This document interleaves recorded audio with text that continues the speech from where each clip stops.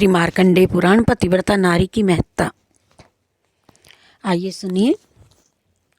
श्री कृष्ण गोविंद हरे मुरारी, हे नाथ नारायण वासुदेवा।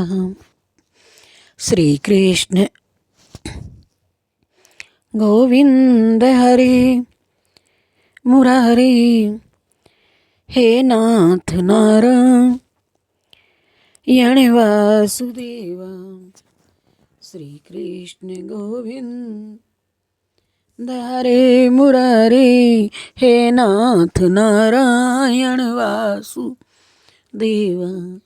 हे नाथ नारायण वासुदेव। पतिव्रता नारी की महत्ता मार्कंडेय पुराण जी से प्रश्न चल रहा है। पुत्र बोला, अति प्राचीन काल में गोदावरी नदी के किनारे प्रतिष्ठानपुर नामक नगर में कौशिक नामक एक ब्राह्मण रहता था, जो कि अपने पूर्व जन्मों के पापों के कारणों से कुष्ठ रोगी होकर के पीड़ित था, परंतु स्वभाव से भी वह क्रोधी एवं कामी था। उसकी पत्नी सच्चे दिल से पतिव्रता थी। वह अपने कोड़ी पति को भी देवता से भी बढ़कर के सम्मान करती थी एवं उसकी सेवा टहल से दिन रात टहल में वह तत्पर रहती थी। जैसे उसके पैरों को दबाना, तेल मालिश करना, स्नान कराना, वस्त्र पहनाना, भोजन करना, कफ मल रक्त एवं पूई आदि को साफ करना आदि, इतना सब कुछ करने पर भी उसका पति कटु वचन बोल बोल करके उसे सताता रहता था। फिर भी पत्नी पति की क्रोधपूर्वक कटुवाणी से दुखी नहीं होती थी।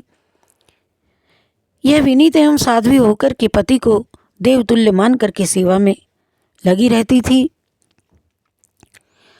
एक दिन पति ने अपनी पत्नी से कहा, तुम मुझे उस वेश्या के घर ले चलो जो राजमार्ग पर रहती है। जब से उसे मैंने देखा है तभी से वह मेरे दिल में बसी हुई है। उसको प्राप्त किए बिना मेरी आत्मा को शांति नहीं मिलेगी। वह सुंदर चांद सी चकोरी, मृगनयनी, पीन पयोधी वाली, बिंबी जैसे होठों वाली, सुडोल शरीर वाली, जो कि अध खिले पुष्पों की तरह मुस्कुराती है। उसने तीखे काम बाणों से मुझे घायल कर दिया है।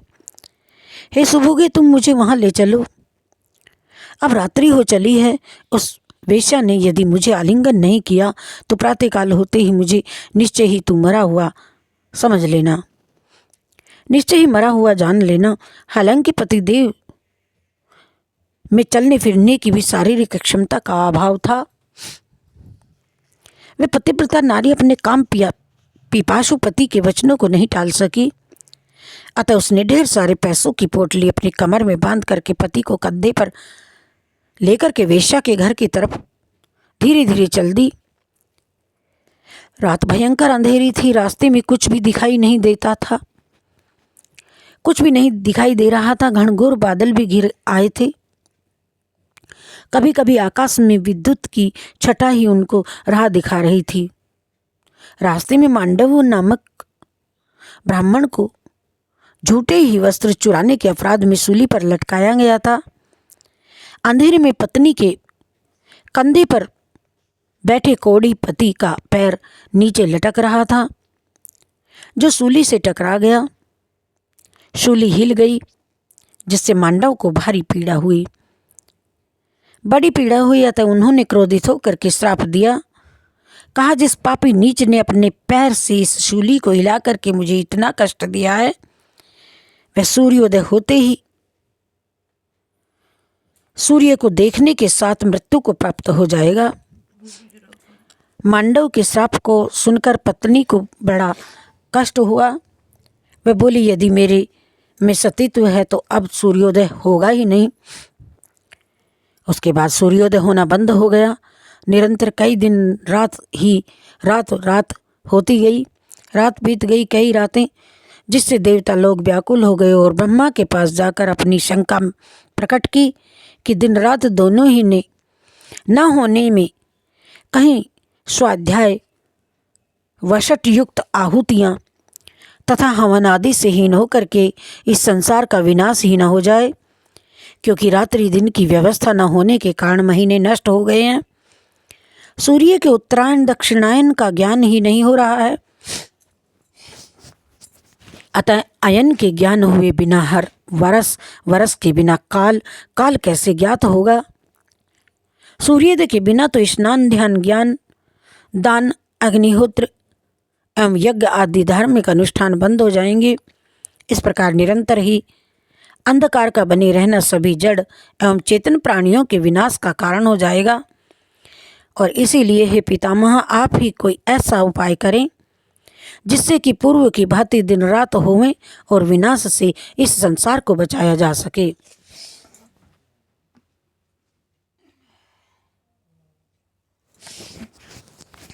इसी प्रकार ब्रह्मा जी ने ही शंका एवं भय से युक्त देवताओं को समझाते हुए कहा कि हे देवगणों, तेज से तेज का, तप से तप का समन किया जा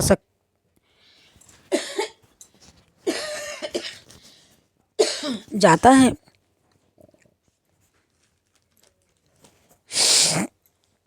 पतिव्रता की महत्ता के कारण ही सूर्य का उदय नहीं हो रहा है, जिससे देवताओं एवं मनुष्यों को कष्ट हो रहा है। इस कष्ट से निवारण करने में अत्रि मुनि की पतिव्रता पत्नी अनसुईया जी ही समर्थ हैं। अतः आप लोग सूर्योदय होने के लिए उन्हीं से प्रार्थना करें। पितामह की आज्ञा मान करके देवता लोग अनसुईया जी के यहाँ गए और उनके चरणों में प्रणाम किया और दिन रात पूर्व की ही भांति होने के लिए प्रार्थना करने लगे। अनसुईया जी बोली, अनसुईया, पतिव्रताया महत्तम नहीयते कथ्येवेतम, अर्थात पतिव्रता नारी की महत्ता कभी कम ना हो। हे देवताओं, तुम लोग पतिव्रता नारी का सम्मान करो। मैं उस पतिव्रता को समझाऊंगी कि पुनः सूर्योदय होने लगे, जिससे कि दिन रात होने की व्यवस्था ठीक ढंग से चले। साथ ही यह प्रयत्न करूंगी कि मांडव के शाप के कारण उसके पति की भी मृत्यु न होवे। अनसुईया उस पतिव्रता नारी ब्राह्मणी के घर गई।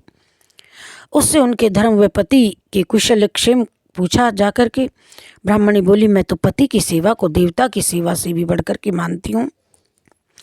पति की सेवा के कारण ही मैंने महान फल को प्राप्त किया है। अनसुईया उस ब्राह्मणी को समझाते हुए बोली, हे साध्वी, स्त्रियों के लिए न यज्ञ का, न श्राद्ध का, न उपवास का, न तीर्थ का, न कोई विधान नहीं है।